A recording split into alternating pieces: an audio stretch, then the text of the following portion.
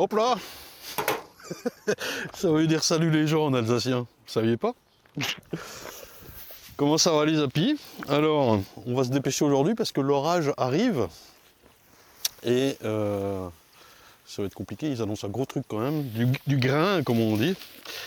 Ici l'orage a déjà eu lieu, hein, puisque je termine la saison tout seul.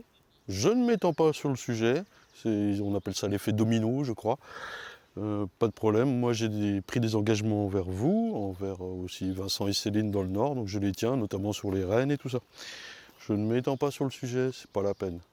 Une autre nouvelle quand même intéressante, c'est que nous verrons, pour les Bretons, à Quimper. Je crois que c'est 20 octobre, 25 octobre, le fameux salon Bicom. Donc oui, on y va. On va tenir un stand avec Vincent et Céline. Et puis comme ça, ce sera l'occasion de vous rencontrer tous, ce sera bien super. Ce sera bien sympa. Super, c'est à vous de me le dire. Là, on parle rapidement des éleveuses. Alors, je fais un truc assez court entre les pluies et puis bon, bah, il y a quand même une belle surcharge de travail. C'est quand même hallucinant, quoi. Sur les éleveuses, donc on arrive au bout là, ça y est. Cette année, vous l'avez compris, j'avais expérimenté les finisseurs verticaux. J'y arrive jamais ça.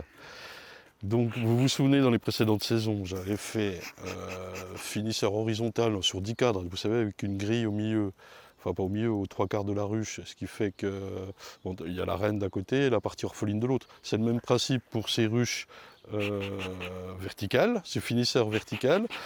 Il y a la reine en dessous et au-dessus c'est orphelin. Alors le mot finisseur est à peine exagéré puisque je n'utilise pas de starter, donc en fait ce sont des éleveuses, ni plus ni moins, elles vont de A à Z, en l'occurrence de jour J au jour J+5 pour les cellules, et après je les mets en couveuse. Alors là, la récolte à J+5 était hier, et justement j'ai laissé juste là et là quelques cellules qui n'étaient pas operculées. Ça arrive quand soit la colonie est un peu faible, soit il a fait froid, soit c'était un mauvais greffage, j'en sais rien.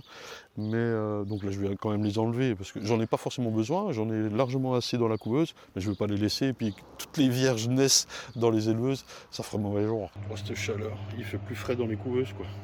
D'ailleurs faut se méfier hein, des fois, ça monte à plus haut à l'extérieur, et il faut ouvrir légèrement la porte pour aérer. Hein. Voilà, donc c'est fini là, je vais quand même juste relancer un petit greffage parce que je vais avoir besoin de cellules pour moi. Pour les rennes, c'est réglé, tout est en route. J'avais quand même noté ce que j'avais fait là sur justement ces éleveuses, je suis à peu près, ça va? Non.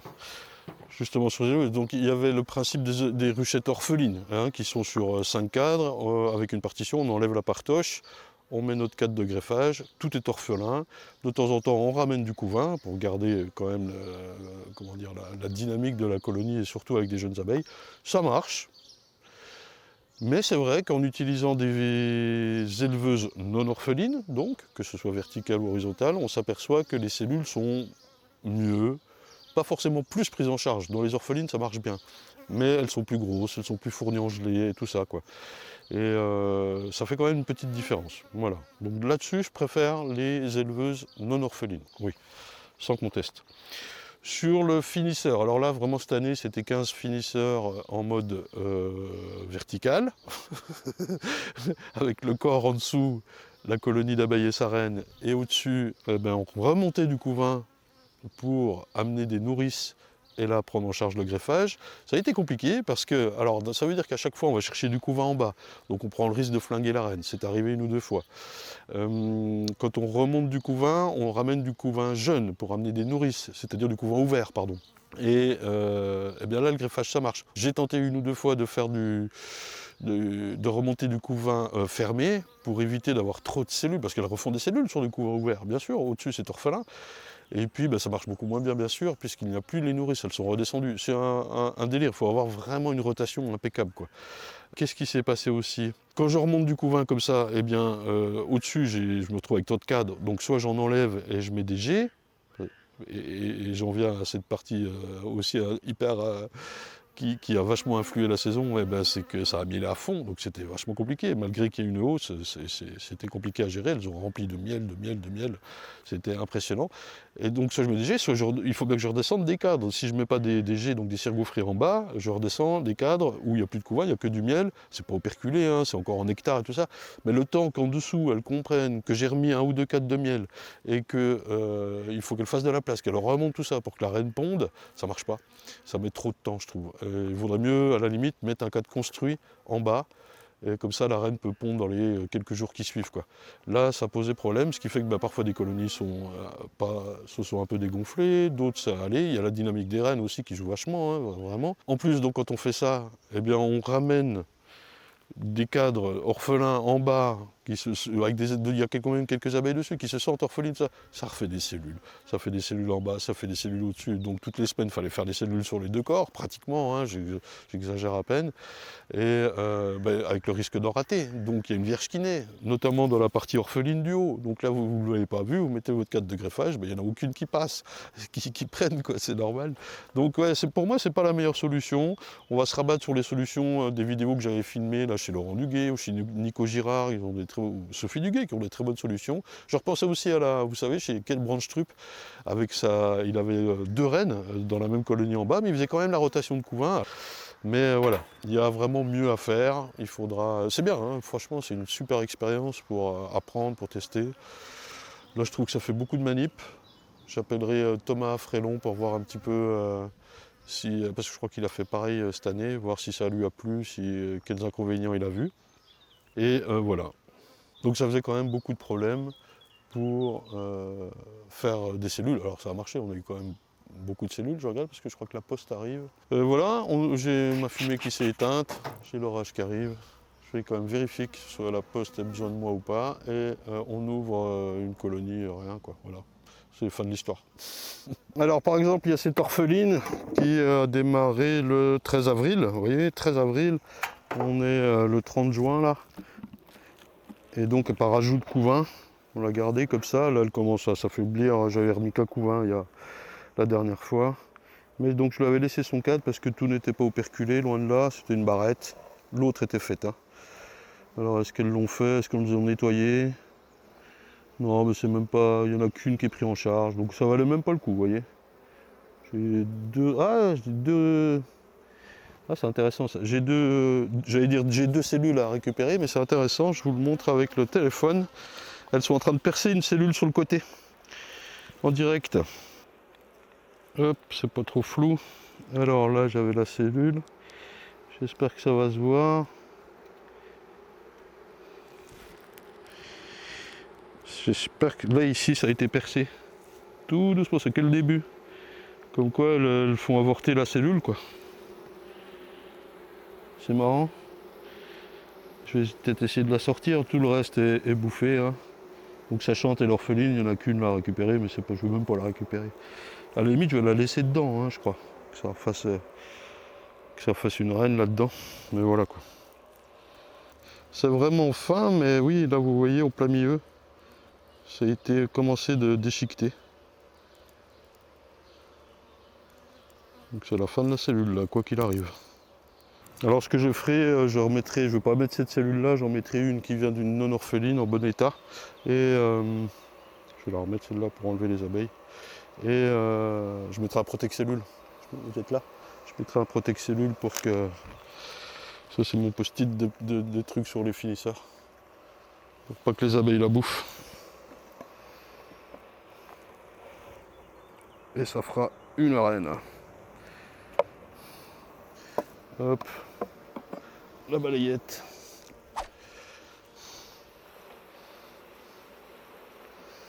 C'est marrant, elles ont même pas operculé les autres. Si elles sont encore viables, elles sont vraiment trop en retard, quoi.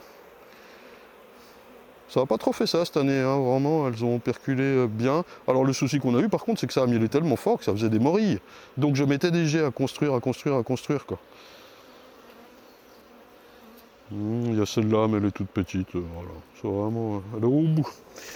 Au bout, je te dis. Donc ouais, ça, les morilles, c'était chiant, quoi. Hop. Allez, je la resserre, j'ai une partoche ici, ouais, je la laisse sur 5, de toute façon, il n'y a pas trop les abeilles. Alors par contre, il y avait remis, ça c'était l'ancien couvain, est-ce qu'elle aurait refait des cellules encore? Je crois qu'elle n'avait plus la possibilité. Hein. Ouais. Donc il faut vraiment que je lui en mette une dès qu'elles sont à J+11 lundi. Hop. Allez, une petite partoche, elle est sur 5, elle a à bouffer, elle va bien tenir encore 3-4 jours. Et voilà.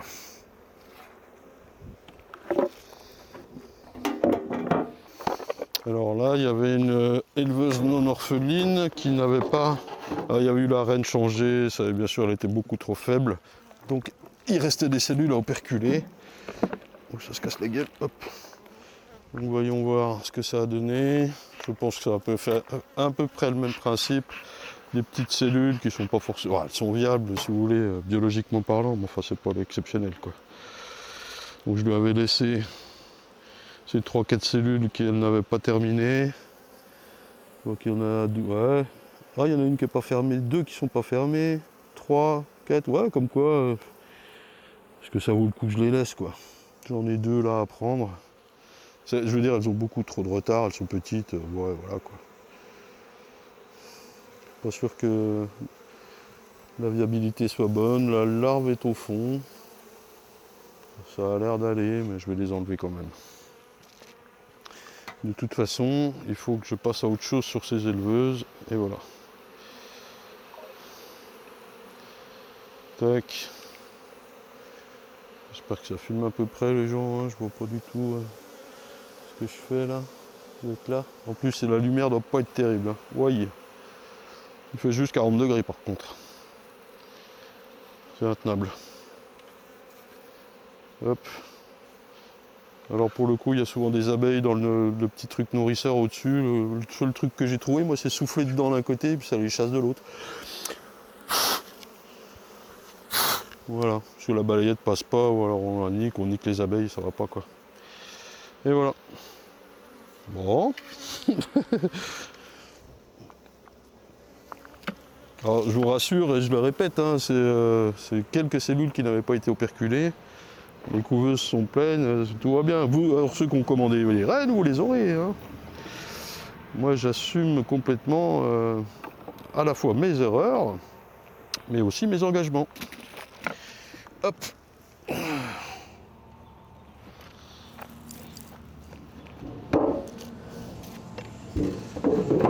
Et hop, je cherchais la dernière. C'est également une orpheline. Elles sont au bout du truc, les orphelines, dans lesquelles j'avais laissé des cellules. Hop.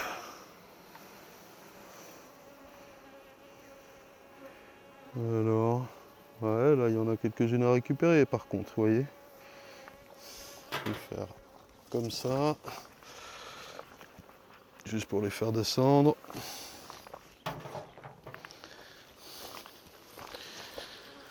Le petit coup de balayette. Vous voyez, elles sont plus petites quand même que des cellules obtenues en éleveuse non orpheline. Et puis, quel est le choix pour l'avenir? On verra. S'il y a un avenir, déjà. Et puis, a priori, starter finisseur avec reine. Il faut pas réinventer la roue, hein? J'allais dire, faut pas réinventer la poudre. Non, mais c'est la roue. Bon, allez. Donc ma petite orpheline, là, je la laisse sur 5, je lui mets une cellule. Je vous dis, je préfère en mettre une à J+11, comme ça je suis sûr, il y a plein de mâles encore. Vous voyez, à J+11 et avec un protect cellule, voilà. Hop, un peu de nourriture encore, ça va. Hop, la partoche, elle est là. Ah, petit rayon de soleil pour finir, pas mal. Avant ils annoncent de la grêle là, carrément. Oh, mais il fait bon chaud ici. Hein. Ouh, je sais pas chez vous, mais ouais, ça se couvre bien fort, vous voyez. Ah. Donc voilà, ça doit faire un épisode de 10 minutes, ça va changer. Hein. Il paraît que plus c'est court, mieux c'est bon. Non. Ah, c'est l'inverse. Non mais allez, on fait court cette semaine. Je suis un peu au bout de ma vie, hein, les gens, bien sûr. S'interroge évidemment de la suite. Pour l'instant, je termine ce que j'ai décidé de commencer, la base. Et puis voilà. On se retrouve, je sais pas quand. Ciao.